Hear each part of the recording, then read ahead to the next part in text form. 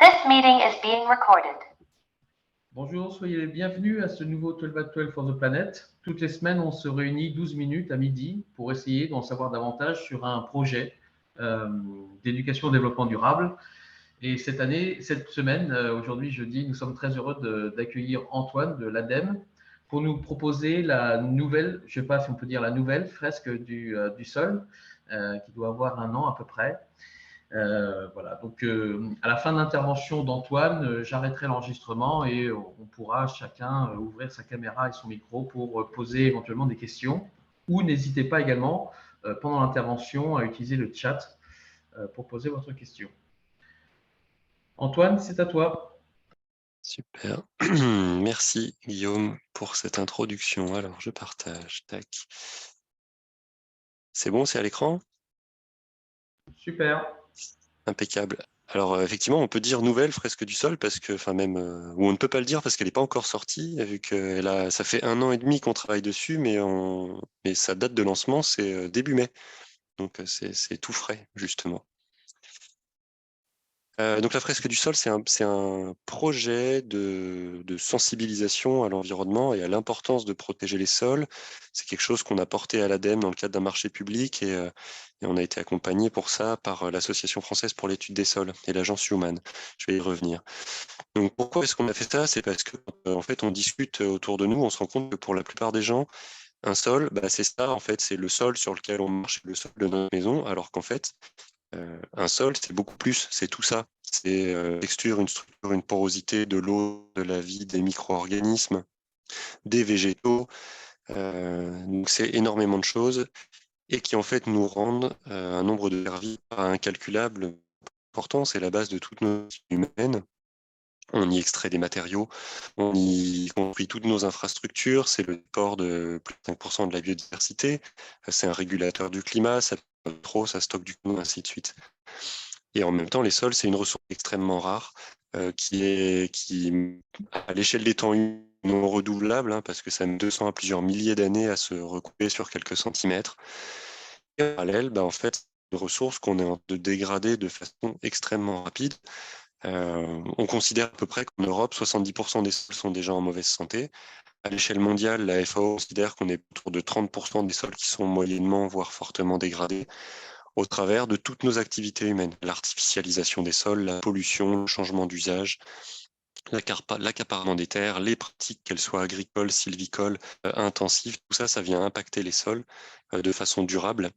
Et donc on s'est dit qu'il y avait un enjeu là, parce qu'en fait on parle beaucoup du climat, l'importance de lutter contre le changement climatique, mais ça va en particulier passer par la protection durable des sols. Donc on s'est dit on allait développer sur le modèle de la fresque du climat, parce que le système fresque, c'est quelque chose qui marche très bien pour sensibiliser la population, un jeu sérieux, qui soit à la fois simple pour comprendre les enjeux, mais qui garde aussi une certaine complexité, parce qu'un sol, c'est compliqué.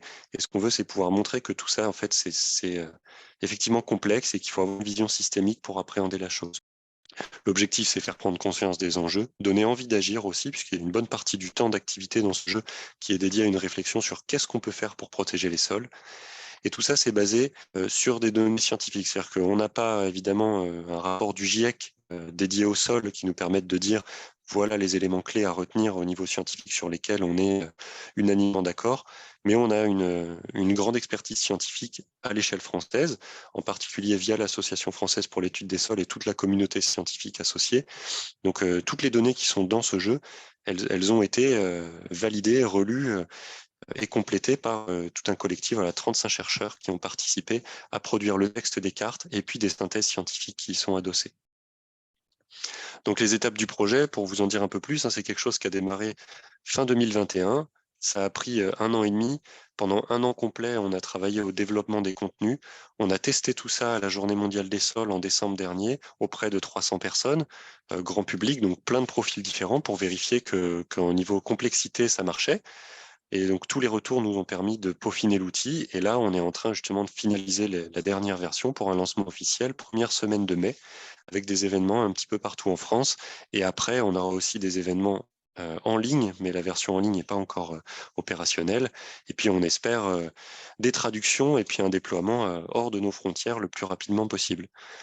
Donc c'est une aventure humaine, hein, parce qu'au niveau de l'équipe technique, on était au moins 8, plus 6 personnes au comité de pilotage, des personnes côté communication pour maqueter tout ça, les experts scientifiques, une quarantaine déjà d'animateurs et puis plus à venir, et déjà plus de 1000 personnes qui ont testé l'outil pour nous aider à le développer dans sa version finale.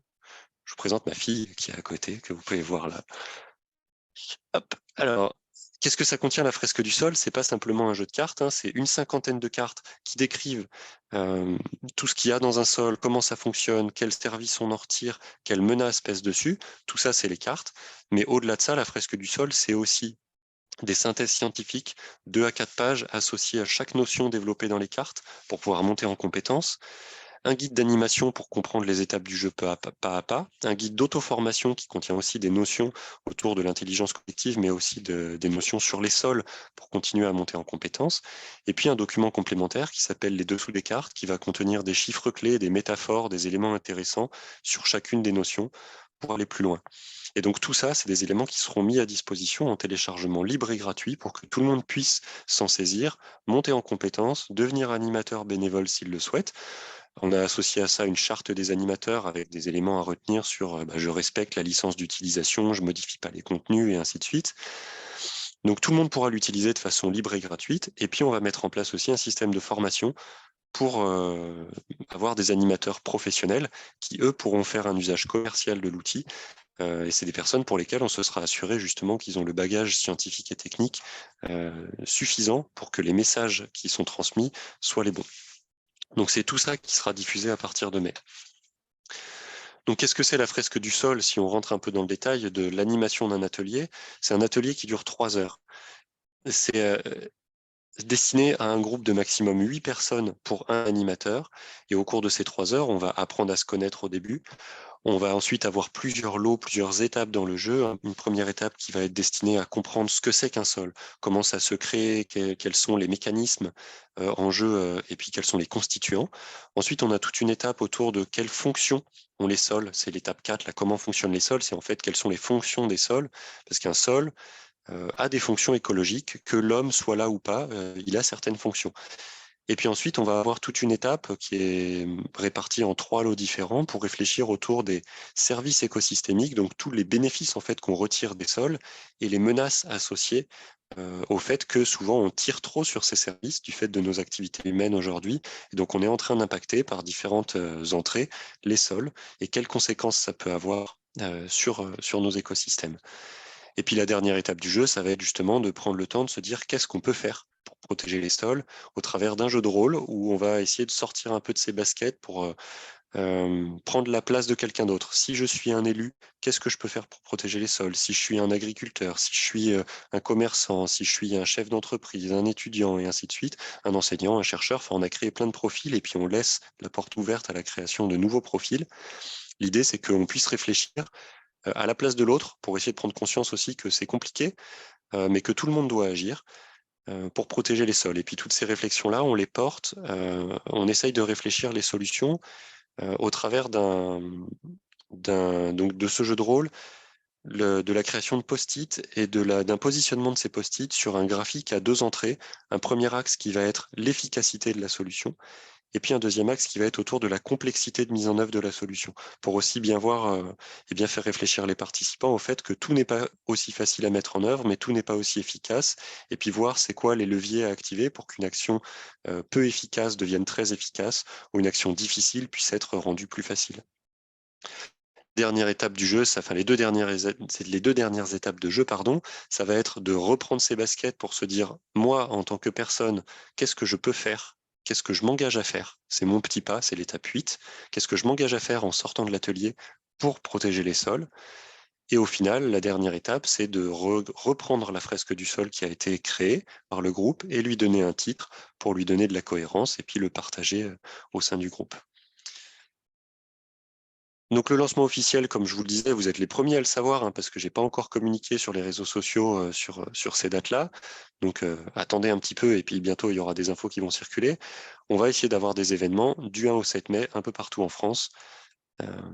pour faire connaître l'outil et puis pour essayer, l'idée à chaque fois, c'est par la sensibilisation, essayer d'attraper des gens qui veulent aussi devenir animateurs, bénévoles ou professionnels, et puis être de plus en plus nombreux à répandre la bonne parole, les bonnes connaissances sur les sols et sur l'importance qu'ils ont dans nos activités humaines et l'importance qu'on doit leur accorder pour leur gestion durable.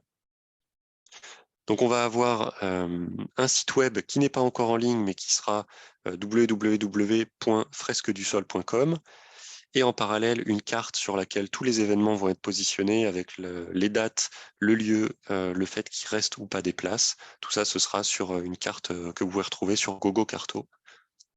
C'est des cartographies libres. Et voilà, et si vous avez des questions, on peut en discuter maintenant quelques minutes. Et puis après, il y a un mail dédié, fresquedusol@adem.fr, sur lequel vous pouvez poser toutes vos questions sur ce projet-là. Et j'en ai fini. 11 minutes 36. Merci beaucoup, Antoine. Moi, j'ai une première question. Parmi les 1000 testeurs, est-ce qu'il y avait des lycéens ou un public un peu plus jeune? Alors, l'outil, non, il n'y avait pas des plus jeunes que lycéens. L'outil, il n'est pas destiné à des personnes plus jeunes que le lycée. On va y travailler là pendant l'année et puis peut-être jusqu'à début 2024 parce que ça prend un peu de temps, à une version pour les jeunes. Parce qu'effectivement, là, c'est le nombre de cartes d'interconnexion et puis la complexité des notions fait qu'on peut difficilement expliquer tout ça. Puis 3 heures, c'est long pour des plus jeunes. Donc, le niveau lycée, c'est le minimum. Je crois pas de mémoire qu'à la Journée mondiale des sols, il y ait des lycéens qui soient venus. On a eu des étudiants d'école d'ingé, première année, deuxième année, etc., effectivement, qui l'ont aussi testé. Mais lycéens, je pense pas. Merci. Je coupe l'enregistrement et puis je vous donne la parole. Merci beaucoup, Antoine.